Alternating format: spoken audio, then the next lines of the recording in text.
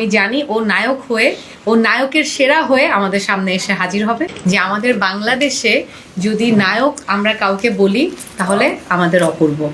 আমার হাসি কান্না সমস্ত কিছু, তো এদেরকে ছেড়ে আসলে অন্য একটা জায়গায় গিয়ে শিফট করব, ওটা মানে ওই আর্টসটা আসলে ফিল করিনি। তো আমার মনে হয় ইউ টেক টাইম, ও যখন করবে আমার মনে হয় it will be a blast, এবং সেরারই সেরা হবে। হ্যাঁ, আর আমি ওকে নিয়ে একটা কথা কখনো মানে প্রেসে বা এরকম সামনে বলা হয় নাই, আজকে বলি, সেটা আমি ওকে বলেছি। আমাকে বেশ কিছু মানুষ, আমি যেহেতু নিউ ইয়র্কে ছিলাম অনেক বছর, তো ওখানেও জিজ্ঞেস করেছে, এখানেও জিজ্ঞেস করেছে যে অপূর্বর সাথে আমাদেরই আরেকজন ওয়েল নন বা ওর মতোই আরেকজন পারফর্মার প্যারালালি ওর মতো কাজ করছে, তার আর ওর পার্থক্য কি? আমি তখন বলেছিলাম যে সত্যজিৎ রায়, উনি ওনার সব ছবিতে সৌমিত্র চট্টোপাধ্যায়কে নিতেন, কিন্তু উনি যখন নায়ক বানিয়েছিলেন তখন উনি উত্তম কুমারকে নিয়েছিলেন।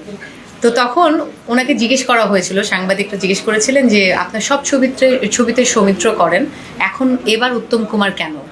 তো তখন উনি হেসে বলেছিলেন যে আমার ছবিতে দাঁড়িয়ে বাঁকা হয়ে একটা হাসি দিবে নায়ক, আমার নায়ক ছবিতে, ওনার যে নায়ক ছবিটা, সেই নায়ক বাঁকা হয়ে তাকিয়ে হাসি দিবে, সেই নায়ক উত্তম কুমার ছাড়া আর কে হবে? তো সেই এক্সাম্পলটা আমি তখন ওকে নিয়ে দিয়েছিলাম যে আমাদের বাংলাদেশে যদি নায়ক আমরা কাউকে বলি তাহলে আমাদের অপূর্ব। সো আমরা আসলেই দীর্ঘদিন ধরে অপেক্ষা করছি। আমি জানি ও নায়ক হয়ে, ও নায়কের সেরা হয়ে আমাদের সামনে এসে হাজির হবে। আপনারা সবাই একটু ধৈর্য ধরেন।